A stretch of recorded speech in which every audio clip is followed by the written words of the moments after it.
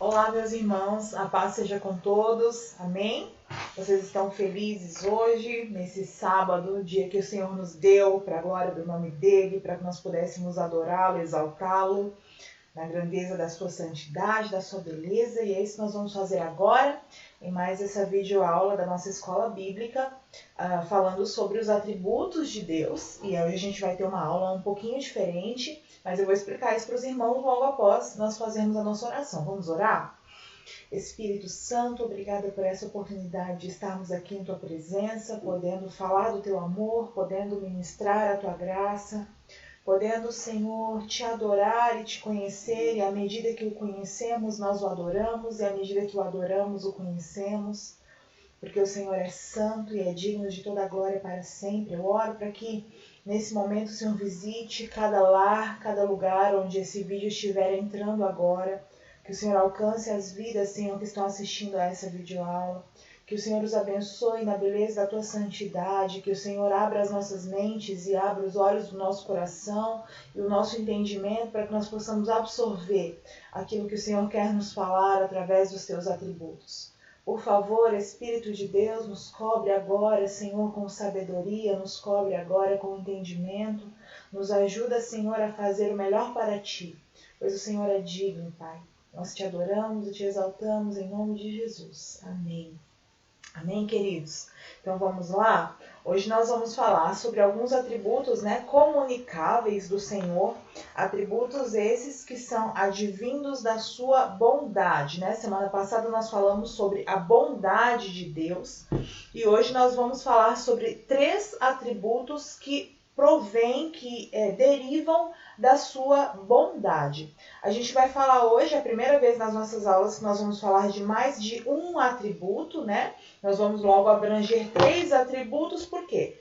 Aqui no livro do A.W. Pink, ele é bem exaustivo, nos estudos de alguns atributos. Então, eu percebi que nesses 3, ele fala basicamente a mesma coisa sobre cada um deles. Então, por isso hoje busquei outros materiais, alguns outros materiais que vocês vão ver no final da aula, as fontes que eu usei, para a gente poder falar logo desses 3 atributos, abrangê-los nessa única aula. Então, depois eu vou disponibilizar esse material, os slides que a gente vai usar em forma de PDF no grupo, quando eu for liberar a aula, para que os irmãos possam ler e também acompanhar no momento em que estiverem estudando aqui comigo, vendo, lendo, enfim. Nós vamos abrir em várias fontes, em vários textos bíblicos que vão ilustrar o que nós estamos falando, que vão mostrar através da palavra os atributos que o Senhor está falando.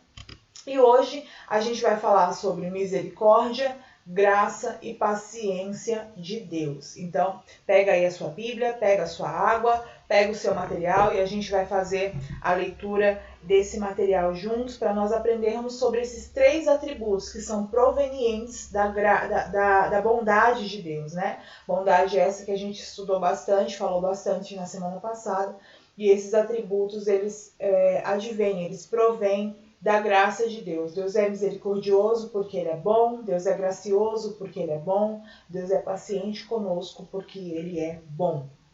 Então, esses 3 atributos derivam da bondade de Deus para conosco. São atributos comunicáveis, ou seja, Deus nos possibilita sermos misericordiosos, graciosos e pacientes, tendo como fonte de tais atributos Ele mesmo. Então, como a gente já falou em vários outros atributos, sobre o fato de que todo atributo que a gente fala sobre o Senhor, nele está a fonte, daquilo que Ele derrama sobre nós.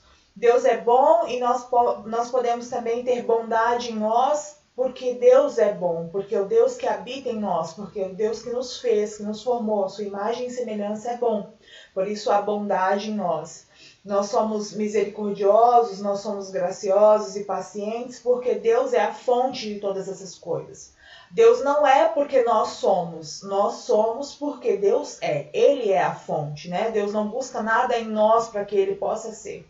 Nós é que buscamos nele para que nós possamos ser. Então, à medida que nós buscamos em Deus esses atributos, à medida que nós conhecemos melhor, à medida que nós conhecemos a fonte destes atributos, nós podemos espelhá-los aqui, nós podemos ser a imagem e a semelhança de Deus verdadeiramente, não só falando de corpos físicos, não só falando de imagem, mas falando também daquilo que Deus comunicou a nós quando Ele nos formou, quando Ele nos fez e disse, façamos o homem à nossa imagem e semelhança. E assim foi feito, né?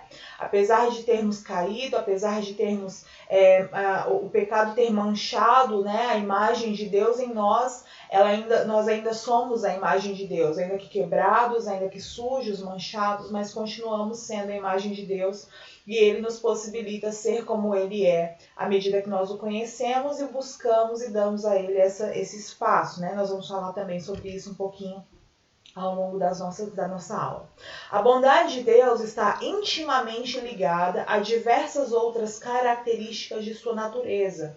Entre elas estão a misericórdia, a paciência, a graça e o amor. Hoje nós vamos falar sobre os 3 primeiros, o amor nós vamos falar na semana que vem. Hoje nós vamos meditar sobre a misericórdia, a paciência e a graça de Deus e como esses atributos se aplicam não somente aos seus servos, mas também a toda a sua criação. Será que Deus é misericordioso somente com aqueles que são cristãos? Será que Deus é gracioso, é paciente somente com aqueles que receberam a Cristo como seu único e suficiente Salvador? Nós vamos falar sobre isso também hoje.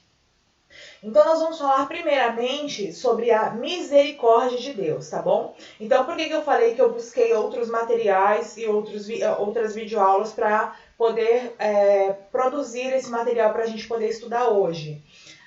Nós vamos dar uma olhada, nós estamos acostumados a fazer as nossas aulas olhando somente para a visão do A.W. Pink. Hoje nós vamos olhar para 2 outros teólogos que também têm materiais disponíveis na internet, livros que falam também sobre os atributos de Deus, né? E hoje nós trouxemos a visão de 2 outros teólogos, que é Wayne Grudem e Berkhof, que são 2 outros teólogos que também são estudiosos da palavra de Deus e que também escreveram sobre os seus atributos, tá bom? Então a gente vai ver cada um dos 3 atributos segundo a visão de cada um desses 3 e depois nós vamos ver também na palavra de Deus. Não vai ficar só na palavra deles, até porque para que eles chegassem à conclusão dos atributos de Deus, falando dos atributos de Deus, como eles falam, primeiro eles tiveram que estudar na palavra, né?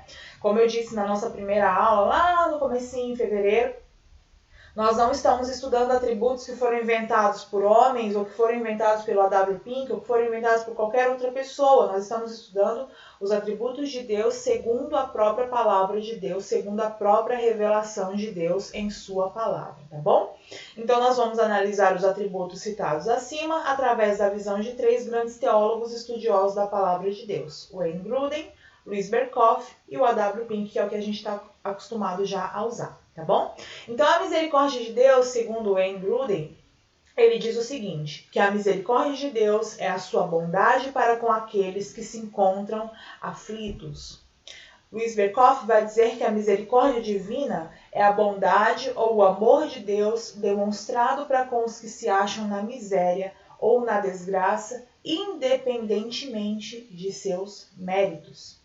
E o A.W. Pink vai dizer que a misericórdia de Deus mostra a sua pronta inclinação para aliviar a miséria das criaturas caídas. Sendo assim, a misericórdia aplica-se onde há pecado. Então você percebe que eles usam apenas palavras diferentes ou incrementam com outras coisas, mas que basicamente a misericórdia de Deus ela é dirigida ao homem pecador, ao homem caído, né? Misericórdia, uma vez eu vi uma pessoa pregando e falando sobre isso, que é colocar o coração na miséria do outro. Então, quando Deus ele nos mostra a sua misericórdia, quando nós somos alvos da misericórdia de Deus, significa que ele está colocando o seu coração, está colocando o seu amor, está se inclinando para aliviar as nossas misérias. A Bíblia diz que no mundo nós teremos aflições. Então, Deus já sabia que nós teríamos aflições, que o pecado que atingiu, que entrou no mundo, ele geraria aflições, ele geraria consequências que nos atingiriam e que nos tornariam eita, a chuva, e que nos tornariam pessoas miseráveis, que nos tornariam pessoas que necessitariam de um olhar misericordioso da parte do Criador. Então, eu gosto muito dessa definição que o A.W. Pink faz, que ele diz que a misericórdia mostra a sua pronta inclinação. Não é que Deus vai se inclinar lentamente, não. É a sua pronta inclinação para aliviar a miséria das criaturas caídas. Sendo assim, a misericórdia aplica-se onde há pecado. Ou seja, onde há pecado, há demonstração de misericórdia. Onde há doenças, onde há consequência do pecado, há demonstração da misericórdia de Deus. Lembrando que Deus é perfeitamente santo, Deus é totalmente puro, Deus é perfeitamente limpo. Então não haveria outra forma de ele se achegar a nós, criaturas caídas, se não fosse por meio de sua misericórdia, se não fosse por meio do seu coração pronto a inclinar-se para nós por meio da sua misericórdia, por meio da sua perfeita misericórdia, né? Então, essas são as definições da misericórdia de Deus segundo esses três teólogos. E aí ele diz também que é independente dos seus méritos, ou seja, Deus não demonstra misericórdia para aqueles que são bons, ou para aqueles que são seus servos, ou para aqueles que são diferenciados. Não, Deus ele demonstra misericórdia porque ele é misericordioso. Deus ele ama porque ele é amor. Deus ele demonstra bondade porque ele é bom. Então não é nada voltado para nós. Não é porque é a Valéria, ou porque é o fulano, ou porque não, porque ele é. Então tem a ver com ele, não tem a ver conosco. É por causa dele, não é por nossa causa. Então ele se mostra misericordioso, apesar de nós, sem olhar para os nossos méritos. Basta que nós estejamos aflitos. O que a Bíblia diz? Que um coração quebrantado e contrito, ele não rejeita. Por quê? Porque ele é misericordioso. Agora nós vamos ver alguns versículos que vão falar sobre a misericórdia de Deus. Eu estou aqui com o meu celular para a gente poder ver. Eu peguei todas as referências, tá? Todos os textos bíblicos na versão NAA, que é a Nova Almeida Atualizada. Ela nada mais é do que a versão atualizada da Almeida Revista Corrigida ou da Almeida Revista Atualizada, que geralmente é a versão que é mais comum, né, na nossa igreja. Tem aquelas palavras mais difíceis. Então, eles criaram a Nova Almeida Atualizada, que é a mesma essência da Almeida Revista Corrigida, porém com as palavras mais fáceis, com um vocábulo mais simples para a gente poder compreender, tá bom? Então, a primeira referência aí vai dizer que a misericórdia de Deus é generosa. E ele vai falar para a gente abrir no livro de Salmos. Se você tiver com a sua Bíblia ou com o seu dispositivo móvel, provavelmente você deve estar me assistindo do seu celular. Mas se você tiver com a sua Bíblia de papel, dá uma olhadinha aí junto comigo, Salmos 86, verso de número 5. A palavra do Senhor vai dizer assim: Pois tu, Senhor, és bom e perdoador, rico em misericórdia, com todos os que te invocam. Então, ela é generosa. Por quê? Porque ela alcança a todos os que o invocam. E ele é rico em misericórdia, ou seja, ele não tem pouca misericórdia, ele é rico em misericórdia, ele é a própria misericórdia. Depois ele vai dizer que ela é descrita pelos poetas de Israel como duradoura e eterna. E aí ele vai mandar a gente abrir em 1 Crônicas, primeiro livro de Crônicas, no capítulo 16 e o verso de número 34. A gente tem várias referências, eu não vou abrir em todas para a gente não ficar com o vídeo muito longo, né? Mas aí no verso 34 vai dizer assim: Deem graças ao Senhor, porque Ele é bom, porque a sua misericórdia dura para sempre. Ou seja, a misericórdia do Senhor, ela não é temporária, ela não dura um pouquinho de tempo, ela dura para sempre. Assim como o Senhor é eterno, eterna é a sua misericórdia. Depois ele vai dizer que ela é demonstrada para com os que temem a Deus. Deuteronômios, capítulo 7, verso 9. Deuteronômio 7, 9. A palavra do Senhor vai dizer assim, Portanto, saibam que o Senhor seu Deus é Deus, Ele é o Deus fiel, que guarda a aliança e a misericórdia até 1000 gerações aos que o amam e cumprem os seus mandamentos. Ele guarda a sua aliança e a sua misericórdia até 1000 gerações para aqueles que o amam e para aqueles que guardam, ou seja, que obedecem aos seus mandamentos. Nós somos alvos da misericórdia de Deus. Porém, ele diz também que até os que não o temem compartilham delas. Vamos abrir em Ezequiel 18, 23. Ezequiel 18, 23. Olha só o que diz a palavra do Senhor. Vocês pensam que eu tenho prazer na morte do ímpio? Diz o Senhor Deus. Não desejo eu muito mais que ele se converta dos seus caminhos e viva? Então, ele está dizendo que ele não tem prazer na morte do ímpio. Ele não tem prazer em que o ímpio morra e vá para o inferno. Depois ele vai citar o verso 32, onde a palavra diz assim, no mesmo texto de Ezequiel 18, tá? Eu não tenho prazer na morte de ninguém, diz o Senhor Deus. Portanto, convertam-se e vivam. Ou seja, há uma porção de misericórdia que é liberada para aqueles que o temem, para aqueles que o amam, para aqueles que o buscam, mas também há uma porção de misericórdia liberada sobre a criação, sobre o ímpio, sobre aquele que não conhece o Senhor. Deus, ele é rico em misericórdia. Ele não tem misericórdia somente daqueles que o servem, daqueles que o amam. Ele tem misericórdia de toda a humanidade. Ele vê que nós somos criaturas caídas, que nós somos criaturas perdidas. A misericórdia de Deus está liberada para alcançar aquele que quiser ser alcançado, né? Deus não retém a sua misericórdia, muito pelo contrário, ele é a própria misericórdia. Ele não tem, né, como a gente viu lá na aula sobre o poder de Deus, coisas que Deus não pode fazer, ele não pode negar a si mesmo. Então ele não pode dizer, eu não vou ter misericórdia de fulano, eu não vou ter misericórdia de ciclano. Ele não nega a si mesmo. Porém, a Bíblia também diz que ele vai ter misericórdia de quem ele quiser ter misericórdia e ele vai aplicar juízo sobre quem ele quiser aplicar juízo. Então, Deus também é livre para determinar, para julgar aquilo que ele quer fazer, da maneira como ele quer aplicar os seus atributos à humanidade. E nós não temos poder nenhum sobre isso. Nós não temos ação nenhuma de poder para dizer que Deus não pode fazer assim ou Deus pode fazer assado. Não, ele pode fazer o que ele quiser, da maneira como ele quiser, porque ele é Deus e nós somos os seus servos.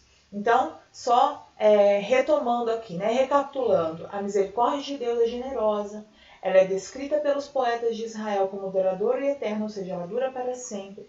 É demonstrada com aqueles que temem a Deus. Elas estão sobre todas as suas obras. A gente não viu esse. As ternas misericórdias de Deus estão sobre todas as suas obras. Salmo 145, perdão, irmãos. Salmo 145, esse daqui é bem interessante também, porque mostra que a misericórdia de Deus não está sobre as criaturas humanas somente, mas ela está sobre todas as suas obras. Olha só, Salmo 145, 9. O Senhor é bom para todos e as suas misericórdias permeiam todas as suas obras, ou seja, a misericórdia de Deus está sobre toda a criação, sobre tudo aquilo que ele fez e ele mesmo disse que era bom. A misericórdia de Deus está sobre todas essas coisas, e sobre mim e sobre você. Ou seja, ela é demonstrada aos que temem a Deus, sim, mas também é demonstrada para toda a criação, sim. Também é demonstrada para com o ímpio, sim. Ou seja, o nosso Deus, ele é um Deus misericordioso, ele é um Deus de misericórdia, amém? Então, essas são as misericórdias de Deus. Passando a essa parte, a gente vai falar um pouquinho sobre a graça de Deus, né? Essa que a gente tanto canta, que a gente tanto fala, que a gente tanto prega e ouve pregações. E os nossos teólogos aqui, o Wayne Grudem, ele vai determinar a graça como a doação da bondade a alguém que não tem nenhum direito a ela. Berkhoff vai dizer que a graça de Deus é a imerecida bondade ou o amor de Deus aos que perderam direito a ela e, por natureza, estão sob sentença de condenação. A W. Pink vai dizer que a graça é a dádiva de bênçãos a pessoas que não têm mérito em si mesmo, e pelas quais não se exige delas nenhuma compensação. Ou seja, Deus não exige que nós paguemos a Ele a graça, porque senão não seria graça, né? Graça é de graça, Ele não quer ser compensado por ser gracioso conosco. É mais do que isso.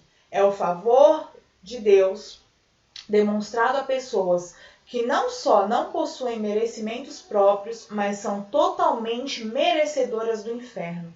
É completamente imerecida, não é procurada de modo nenhum e não é atraída por nada que haja nos objetos aos quais é dada, nem por nada que deles provenha. Ou seja, ele destruiu a gente aqui, né? Ele diz que a graça é a dádiva, ou seja, ele está mostrando que não tem nada a ver conosco. Não tem nada a ver comigo ou com você. Tem a ver com Deus. Tem a ver com o fato dele ter enviado o seu Filho Jesus Cristo. Tem a ver com sua bondade. Tem a ver com sua misericórdia. Nós não tínhamos mérito algum nisso. Muito pelo contrário, Paulo vai dizer na carta aos Efésios que nós estávamos mortos.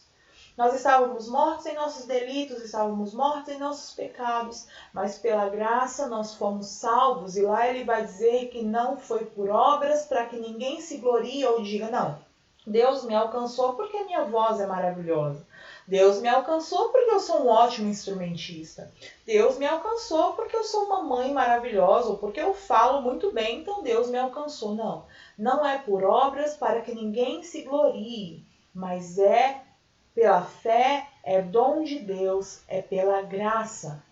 Então ele vai dizer que nós não temos mérito algum, ele não exige qualquer compensação, ou seja, ele não exige que nós paguemos a ele a graça, muito pelo contrário. O serviço que nós prestamos a ele não é em forma de pagamento, como se ele exigisse ser pago, mas é por amor, é por relacionamento, é por reconhecimento, é por gratidão ao Senhor que nós fazemos a sua obra à medida que ele nos alcançou por sua graça. Não é porque Deus exige de nós um pagamento, mas ele diz também que nós não fomos salvos pelas obras, mas para as boas obras. Então nós fomos salvos para realizar a boa obra de Deus sobre a terra, para espalhar o reino de Deus, para espalhar a boa nova que nos alcançou, para espalhar a boa notícia que chegou até nós, que nos salvou por meio da graça, e agora nós nos tornamos portadores dessa boa notícia, cartas vivas do Senhor à humanidade, e aí sim nós também passamos a ser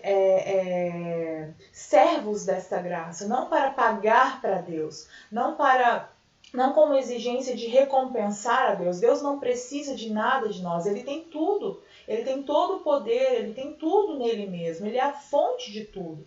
E nós o servimos agora por causa da nossa gratidão a Ele, porque somos gratos pela graça que nos alcançou. Então ele diz que esse favor é demonstrado a pessoas que não possuem merecimento, que são totalmente, mas são totalmente merecedoras do inferno, ou seja, além de não termos merecimento nenhum, de não termos nada em nós que tenha nos feito ser alvos da graça de Deus, nós éramos completamente merecedores do inferno. É completamente merecida, não é procurada de modo nenhum, ou seja, nós não saímos por aí procurando Deus, é Deus quem nos encontra, é Deus quem nos chama, é Deus quem nos atrai por meio da sua graça. E ela não é atraída por nada, ou seja, nós não temos mérito algum, e nem por nada que deles provenha. Ou seja, eu não fiz nada para ser alcançada pelo Senhor, muito pelo contrário. Eu era um miserável, eu era pecadora, eu era alvo da ira de Deus, eu era alvo da iminente ira de Deus que está vindo sobre a terra, mas por sua graça nós fomos encontrados, por sua graça nós fomos salvos. E aí aqui nós temos algumas referências bíblicas para a gente poder ver a graça de Deus na palavra de Deus, mais uma vez usando, né, a versão da Nova Almeida atualizada. Ficou com um risco aqui do lado dessa vez, mas enfim, né, detalhes. A graça de Deus é a fonte de todas as bênçãos, de todas as bênçãos espirituais concedidas aos pecadores. Ou seja, a graça de Deus, ela não nos alcança somente para a salvação. Depois de sermos salvos, nós passamos a depender, a precisar da graça de Deus para que nós possamos permanecer caminhando no caminho correto.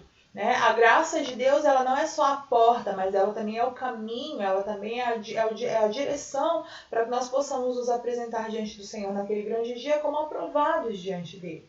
Então a graça de Deus é a fonte de todas as bênçãos espirituais concedidas aos pecadores. E aí ele vai nos direcionar para a carta de Paulo aos Efésios, né? Que eu já citei um pouquinho aqui quando eu estava explicando a visão dos nossos teólogos, mas Efésios 1, 6 e 7, a palavra do Senhor vai dizer assim: para o louvor da glória de sua graça, que ele nos concedeu gratuitamente no amado, ou seja, em Cristo Jesus. Nele temos a redenção pelo seu sangue, a remissão dos pecados, segundo a riqueza de sua graça. Aqui ele vai falar sobre remissão de pecados e riqueza da graça. Todas essas coisas nos foram dadas. A redenção pelo sangue, a remissão dos pecados, nos foi dada por meio da graça de Deus. A Bíblia também diz que nós estamos assentados com Cristo nos lugares celestiais, e isso por meio do quê? Por meio da graça de Deus. Depois, vamos aproveitar que a gente já está aqui em Efésios, aí ele vai nos falar no capítulo 2 e o verso 7. A palavra do Senhor diz assim, olha: Deus fez isso para mostrar nos tempos vindouros a suprema riqueza da sua graça em bondade para conosco em Cristo Jesus. Porque pela graça vocês são salvos, mediante a fé. Isso não vem de vocês, é dom de Deus. Não por obras para que ninguém se glorie, pois somos feitura dele, criados em Cristo Jesus para as boas obras, ou seja, para as boas obras, as quais Deus de antemão preparou para que andássemos nelas. Ou seja, nem as boas obras que nós fazemos é mérito nosso. Nada é mérito nosso. Tudo é pela graça de Deus. Pela graça, o caminho da redenção foi aberto para os pecadores. Romanos, capítulo 3, verso 24. Romanos 3, 24. A palavra do Senhor nos diz assim: sendo justificados gratuitamente por sua graça, mediante a redenção que há em Cristo Jesus. Nós fomos justificados gratuitamente pela graça, mediante a redenção que há em Cristo Jesus. O caminho da redenção foi aberto para nós, que estávamos em pecado, que estávamos mortos nos nossos pecados, nos nossos delitos. Esse caminho nos foi aberto por meio da graça. Pela graça, os pecadores recebem o dom de Deus em Cristo Jesus. Atos 18, 27. Atos 18, 27. Quando ele resolveu percorrer a Acácia, os irmãos o animaram e escreveram aos discípulos para que o recebessem bem.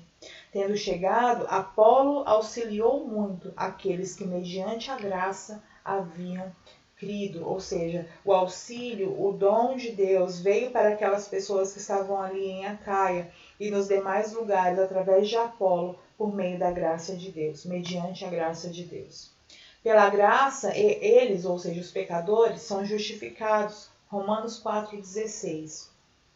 Romanos, capítulo 4, verso 16. A palavra do Senhor diz assim: essa é a razão, porque provém da fé, para que seja segundo a graça, a fim de que a promessa seja garantida para toda a descendência, não somente a descendência que está no regime da lei, mas também a descendência que tem a fé, mas também a descendência que tem a fé que Abraão teve, porque Abraão é o pai de todos nós. Ele está falando sobre Abraão aqui, né, no capítulo 4 de Romanos, onde ele fala que pela graça são justificados não somente aqueles que estão debaixo da lei, mas também aqueles que demonstraram a fé como a fé de Abraão. Pela fé nós fomos salvos, através da fé nós fomos inseridos, enxertados na oliveira, na árvore do Senhor. Ele é a árvore, nós somos os seus ramos. E aí Paulo vai fazer essa referência, né, dizendo que nós fomos justificados por meio da sua graça, não pela lei, não pelo regime da lei, não pelo regime das obras, não pelo regime dos mandamentos, não pelo regime da antiga aliança, mas por meio da graça demonstrada em Cristo Jesus.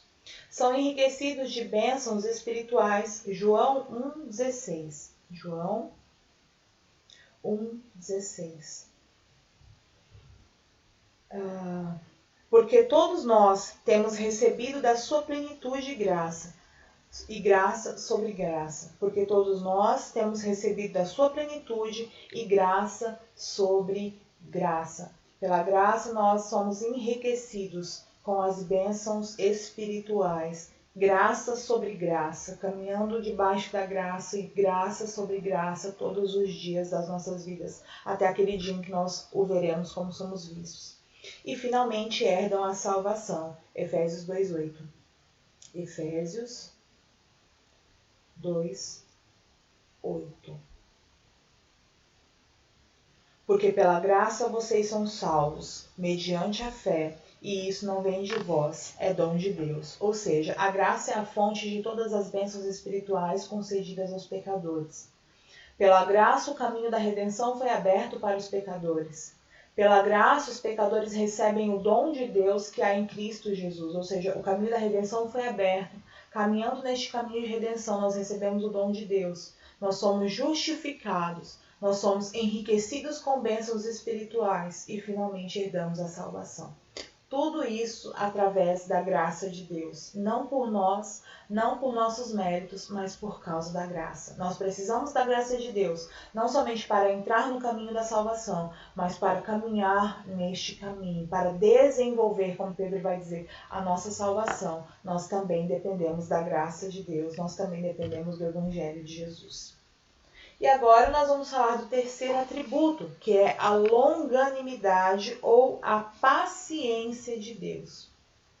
Segundo Wayne Grudem, é a bondade divina que suspende temporariamente a punição daqueles que persistem no pecado. Segundo Berkhof, é o aspecto da bondade ou amor de Deus, em virtude da qual ele tolera os rebeldes e maus, a despeito de sua prolongada desobediência.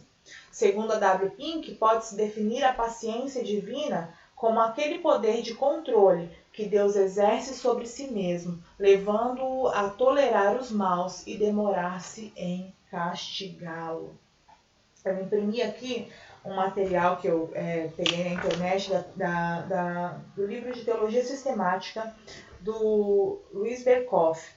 E aí ele vai falar uma coisa bem interessante aqui sobre a longanimidade de Deus, ou sobre a paciência, né, de Deus, onde ele diz assim, a longanimidade de Deus é ainda outro aspecto de sua grande bondade ou amor. O hebraico, e aí, irmãos, eu não sei falar hebraico, eu vou ler como está escrito, provavelmente a minha pronúncia deve estar errada, mas relevem isso, né? O hebraico emprega a expressão erek af, APH, que significa literalmente grande de rosto, e daí também lento para a ira, enquanto que o grego expressa a mesma ideia com a palavra macrotímia. Me perdoem se alguém sabe ler essas palavras e eu estou lendo errado, por favor. É o aspecto da bondade ou amor de Deus, em virtude do qual ele tolera os rebeldes, como a gente leu ali, né? E maus, a despeito de sua prolongada desobediência. Ou seja, a palavra hebraica para longanimidade significa que rosto longo, um grande rosto. Ou seja, por quê? Isso aqui eu achei muito legal. Porque o irar-se é basicamente você virar o rosto para a pessoa, né? Quando Deus ele vira o seu rosto, ou seja, ele deixa de contemplar aquelas pessoas, ele deixa de ver aquelas pessoas, aquelas pessoas deixam de ser alvos sua misericórdia e passam a ser alvos da sua ira. Só que como ele é grande de rosto, então ele demora para virar o rosto, entende? Então ele demora para se irar-se, para irar-se. A Bíblia diz que ele é tardio em irar-se, ele demora para se irar. Ou seja, isso para nós que estamos em Cristo, né, que o conhecemos e que não demoramos para nos arrepender dos pecados que cometemos, porque apesar de já termos salvos, nós não nos tornamos ainda perfeitos, continuamos pecando, errando, falando que não devemos falar, pensando que não devemos pensar, agindo como nós não devemos agir. Só um momentinho, irmãos. Agindo como nós não devíamos agir, nós continuamos fazendo essas coisas. E aí, imediatamente, quando nós fazemos essas coisas, nos arrependemos. O Espírito Santo nos incomoda e há em nós arrependimento para perdão de pecado. E a gente continua caminhando com Cristo, normalmente, como a nossa vida segue em frente. Porém, para o pecador, essa paciência, essa longanimidade de Deus, ela tem um aspecto bom, porque Deus demora de castigá-los, mas também tem um aspecto ruim, porque quando eles percebem que Deus está demorando para castigá-los, está demorando para virar o seu grande rosto contra eles, eles acham que Deus está sendo conivente com os seus pecados, ou seja, eles acham que Deus está apenas, sei lá, não está participando, Deus não está ligando, Deus não se importa com as suas atitudes erradas. E aí eles erram cada vez mais, pecam cada vez mais e se tornam cada vez mais alvos da ira de Deus. Porém, essa ira ela é tardia, ela é demorada para chegar, ou seja, a longanimidade ou a paciência de Deus ela é definida como a bondade de Deus direcionada ao pecador pelo fato de ele ser tolerante com aqueles pecados. Como nós vemos lá em Ezequiel, né?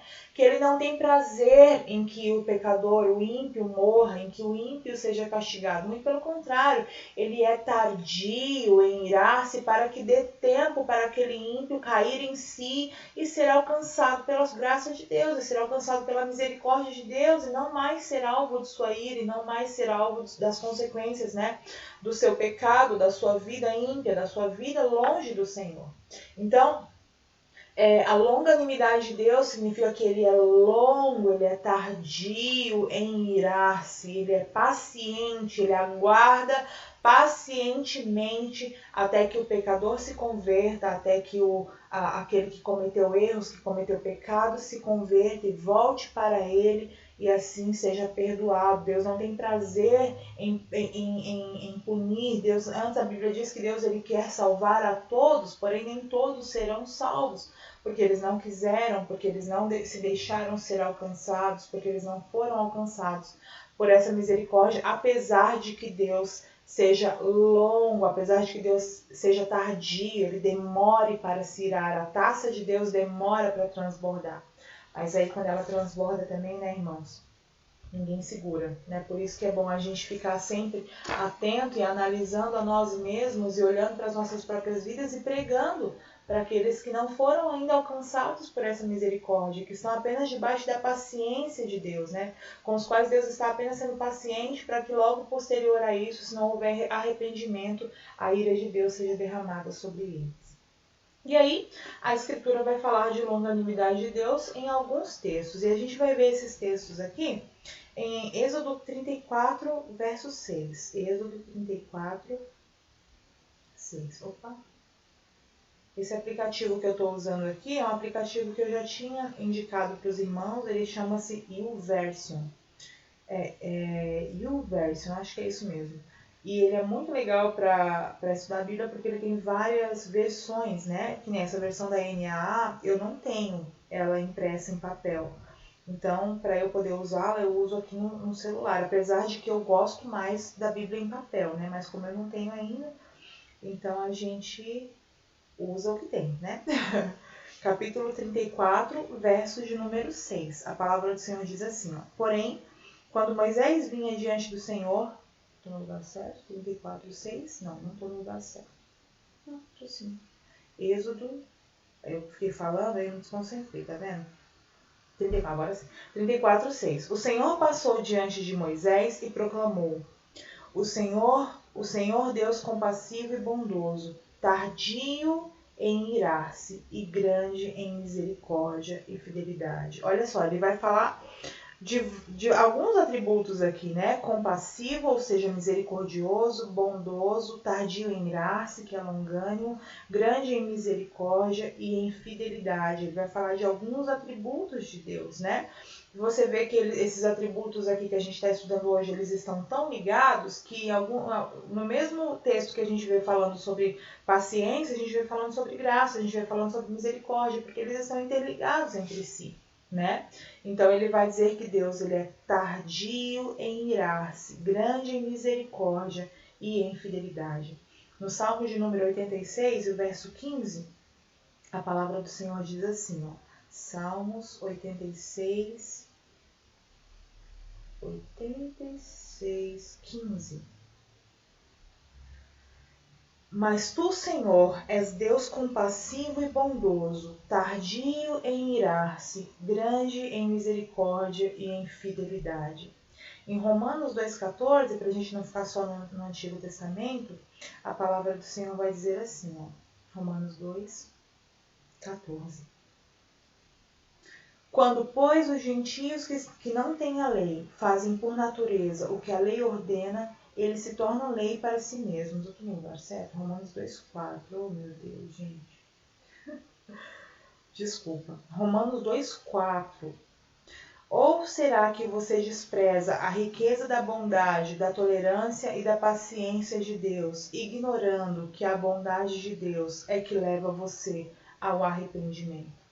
Então, ele está falando que a paciência de Deus, ou seja, será que a gente ignora a riqueza da bondade, ou seja, a riqueza da bondade, da tolerância e da paciência de Deus, ignorando que a bondade de Deus é o que leva você ao arrependimento? Então, paciência, tolerância e bondade. Deus é rico nessas coisas, ele é tardio em irar-se. 1 Pedro 3,10, a palavra do Senhor vai nos dizer assim, ó, 1 Pedro 3,10.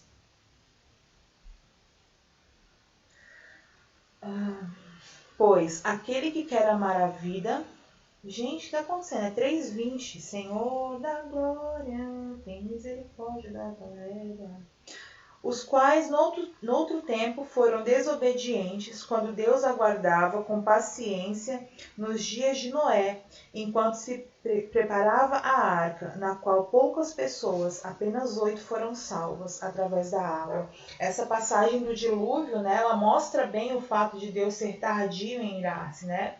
A população, a humanidade estava toda ali perdida, só havia Noé de justo sobre a terra, né? Foi o único que foi salvo, foi digno de entrar na arca, né?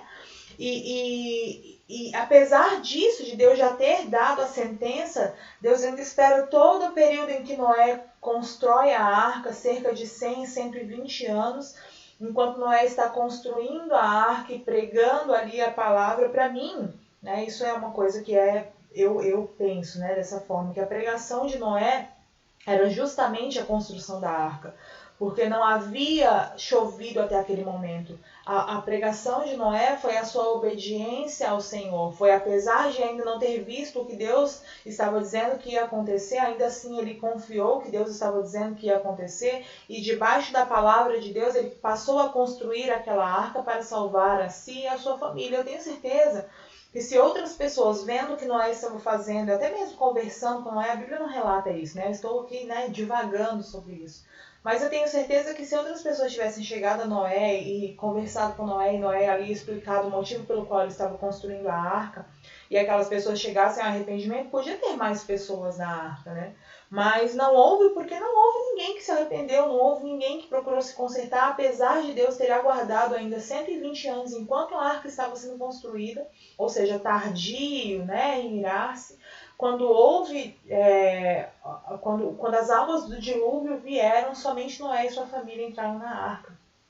Ou seja, a paciência de Deus foi demonstrada ali, né? Deus aguardando, Deus esperando para que aqueles homens, para que mais pessoas se convertessem enquanto Noé estava construindo a arca. Eu imagino que se Noé tivesse ainda demorado 300 anos para construir a arca, Deus teria aguardado. Porque quando foi o momento exato que as águas do dilúvio vieram? Quando a porta da arca se fechou. Ou seja, Deus não mandou a chuva antes de Noé ter terminado de construir a arca. Então, se Noé tivesse levado mais tempo, isso novamente, eu estou dizendo, né, eu estou conjecturando. Se Noé tivesse demorado mais tempo para construir a arca, mais tempo teria demorado para que as águas do dilúvio viessem. Deus ele mandou as águas do dilúvio exatamente no momento em que Noé terminou de construir a arca. Né? E para a gente finalizar essa parte, 2 Pedro capítulo 3, vamos ver se essa é certo, né? Porque eu tô bem aqui, hein? 3,15. Ah, sim. E considerem a longanimidade, ou seja, longo ânimo, o fato de Deus ser tardio para irar-se, do nosso Senhor como oportunidade de salvação. Como também nosso amado irmão Paulo escreveu a vocês, segundo a sabedoria que lhe foi dada. Ou seja, não achem que a paciência de Deus, né? Aqui ele vai falar daquele texto também que ele diz que muitos têm a volta do Senhor como tardia, né? Como se, já passou muito tempo, está demorando muito. Não veja dessa forma, né? Não veja a longanimidade de Deus para com a humanidade, a qual ele quer alcançar e salvar, né? Não veja isso como algo ruim, mas como oportunidade que Deus está nos dando para alcançar mais pessoas, para que Ele alcance outras pessoas através de nós. Porque nós sabemos que enquanto o Evangelho do Reino não for pregado a todos aqueles aos quais Deus quer salvar, não virá o fim. Então nós temos a obrigação de espalhar o Evangelho do Reino, a verdadeira palavra, o verdadeiro evangelho, aquele que não está baseado em méritos, que não está baseado em obras, que não está baseado no homem, mas baseado completamente no Senhor. E aí sim é que virá o fim. Então não tem a demora da vinda do Senhor ou do cumprimento da promessa do Senhor sobre a sua vida como algo ruim, mas como um processo no qual Deus está trabalhando os nossos corações e no qual Deus também está alcançando outras pessoas para que sejam salvos e o conheçam. Deus é longânimo. Como nós dissemos no início, esses são atributos que Deus comunica aos homens, ou seja, Deus espera que nós sejamos seus imitadores através da pessoa do Espírito Santo que habita em nós. Agora aqui já complica para nós, né? Porque se é um atributo comunicável, se é algo que Deus nos permite também ser, é claro que não na mesma medida que Ele, jamais nós teríamos a capacidade de alcançar a medida de graça, de misericórdia, de paciência que há em Deus, ou de bondade, ou de qualquer outro atributo, apesar de ele ser comunicável.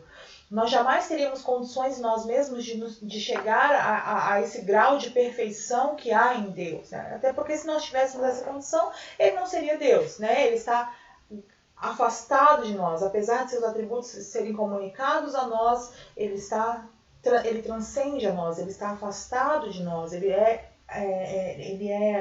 santo, né? Ele é muito maior do que nós. Mas, apesar disso, a Bíblia diz que ele deixou sobre nós o seu Espírito. E Gálatas 5:22, como Paulo vai nos dizer, esse Espírito tem que gerar nós frutos. E esses frutos nada mais são do que os atributos comunicáveis de Deus. Fruto do Espírito, olha só o que Gálatas 5:22 vai dizer agora na versão NVI. O fruto do Espírito é o amor, ou seja, amor é um atributo de Deus, alegria, paz, paciência, atributo de Deus, amabilidade, ou seja, nós sermos amáveis, bondade, atributo de Deus, fidelidade, atributo de Deus, mansidão, o próprio Jesus disse, aprendei de mim que sou manso e humilde, e domínio próprio. Contra essas coisas não há lei. Ou seja, atributos de Deus que Deus comunicou a nós e Ele quer que esses atributos estejam em nós. Por quê? Porque Deus habita em nós. Esses atributos habitam em nós na pessoa do Espírito Santo. O Pai não é mais que o Filho não é mais que o Espírito. Os três têm os mesmos atributos. Todos os atributos que nós vemos em Deus, nós vemos em Cristo, nós vemos no Espírito Santo. Então esses atributos eles já habitam em nós através do Espírito Santo de Deus. Então, se nós somos morada do Espírito, se nós somos morada do Deus que é bom, se nós somos morada do Deus que é santo, se nós somos morada do Deus que é amor, que é paz, que é paciência, se nós não estivermos fazendo isso, se nós não estivermos demonstrando ou trabalhando ou vivendo, demonstrando esses atributos, tem alguma coisa errada em nós. Se esses atributos já estão em nós, por que nós não estamos vendo esses frutos em nós, né? Pela árvore, nós conhecemos os frutos. Se a árvore é o Espírito Santo, então tem que haver amor, tem que haver alegria, tem que haver paz, tem que haver paciência, tem que haver amabilidade. É claro que aqui eu não estou falando de pessoas que vão viver, que não vão errar, que não vão irar, que não vão cometer um ato de maldade, que não vão perder a paciência em algum momento, que não vão estar tristes, que não vão em algum momento odiar outras pessoas. Não é nada disso. Mas nós estamos falando de pessoas que, apesar de irar, apesar de pecar, apesar de falhar, tem em si o Espírito de Deus que os traz de volta para a rota. Por exemplo, a rota está aqui retinha, nós andamos sempre nela. A partir do momento que a gente desvia, o Espírito Santo já volta e fala, opa, volta para a rota. caminha. Ah, errei, falhei. Opa, o Espírito Santo volta para a rota. E isso também é a graça, a misericórdia e a paciência de Deus demonstrada para conosco. Novamente, Paulo nos exorta em Colossenses 3,12. Portanto, como povo escolhido de Deus, santo e amado, revistam-se de profunda compaixão, bondade, humildade, mansidão e paciência. Para que, Valéria, que eu tenho que viver dessa forma se eu já fui alcançado pela graça e a graça eu não fui alcançado por obras, mas por graça? Justamente por causa da graça. Justamente porque nós fomos alcançados por um Deus que é santo, nós fomos alcançados por um Deus que é perfeito, nós não podemos andar de qualquer maneira. Porque nós agora passamos a ser cartas vivas desse Deus. Onde eu chego e a pessoa sabe que eu sou cristã, que eu sou evangélica, ela vai esperar de mim que eu seja amável. Ela vai esperar de mim que eu seja compassiva. Ela vai esperar de mim que eu seja humilde, que eu seja mansa, que eu seja paciente. Por quê? Porque Deus é essas coisas. Então, eu não sou porque eu sou boa, mas eu sou porque Deus é, porque Deus habita em mim e Ele é. Então Ele me capacita a ser através do seu Espírito. Nós precisamos buscar os frutos do Espírito.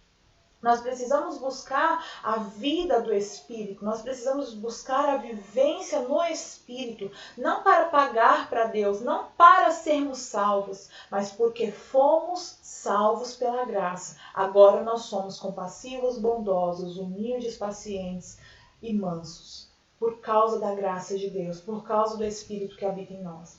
O próprio Jesus nos ensina em Mateus 5,7, bem-aventurados os misericordiosos, pois obterão misericórdia. E mais uma vez o apóstolo Paulo nos diz em 1 Tessalonicenses 5,14, exortamos vocês, irmãos, a que advirtam os ociosos, confortem os desanimados, auxiliem os fracos, sejam pacientes para com todos. Olha só, bem-aventurados os misericordiosos, pois obterão misericórdia. Qual é o contrário desse versículo, né? Se os misericordiosos vão obter misericórdia, o que aqueles que não têm misericórdia vão alcançar? Se eu quero que a misericórdia de Deus me alcance todos os dias quando eu erro, por que eu não tenho misericórdia do meu irmão quando ele erra? Por que eu não tenho compaixão do meu irmão quando ele falha? Por que eu quero apontar o dedo para as pessoas, falando do erro delas, falando da falha delas, mas eu quero que Deus olhe para mim com misericórdia? Eu quero que Deus olhe para mim com compaixão, eu quero que Deus olhe para mim com amor, mas eu só olho para o outro com ódio. Eu só olho para o outro com o olhar acusador, eu só olho para o outro com o olhar de raiva, com o olhar de ódio. Eu só olho para o outro com rancor, eu só olho para o outro a fim de apontar o pecado dele. E sobre isso o próprio Cristo vai dizer para tirarmos primeiro a trave dos nossos olhos, para depois tentarmos tirar o cisco do olho dos outros. Então, se nós queremos ser alcançados pela misericórdia de Deus, nós precisamos andar e ser misericordiosos também. Que nós, como filhos de Deus que somos, alvos de sua constante graça, misericórdia e paciência, possamos aprender com Jesus, a imagem perfeita do Pai, segundo diz em Colossenses 1,15, a sermos como Ele é. Jesus é o exemplo perfeito, que ao contemplarmos seus atributos revelados em sua palavra, isso gera em nós paz, na certeza de que, mesmo indignos, o Senhor nos alcança e nos capacita para alcançarmos a outros. Graças ao grande amor do Senhor, é que não somos consumidos, pois as suas misericórdias são inesgotáveis, renovam-se a cada manhã, grande é a sua fidelidade. Lamentações 3, 22 e 23. E aqui, nessa última tela, a gente tem todas as fontes que eu usei, né? Todos os lugares onde eu peguei essas informações, eu vou deixar nessa tela aqui para que os irmãos possam ver e também possam pesquisar, né, na internet, ou se você puder adquirir uma teologia sistemática de um desses, ou se você puder adquirir uma Bíblia nessas versões, ou se você também não puder, não tem problema, não é exigido isso de você, somente se você quiser fazer, se você sentir, se você tiver condições de fazer, né, eu mesma não tenho condição de comprar esses livros, essa teologia, enfim, essas sistemáticas, porque são bastante caras. Quem sabe Deus me dê a graça de fazer isso, de obtê-las em algum momento, porém, estão disponíveis na internet. Eu peguei aqui essa do Berkoff, que é de onde eu tirei a maioria das informações, peguei na internet, peguei lá no site da Monergismo, e aí imprimi para poder fazer e elaborar essa aula com o melhor conteúdo possível para que os irmãos possam entender bastante sobre esses atributos do Senhor. Amém? Vamos orar para a gente poder finalizar então? Espírito de Deus, nós te agradecemos pelo entendimento que o Senhor nos dá, de que nós somos constantes alvos da sua misericórdia, da sua graça, da sua paciência.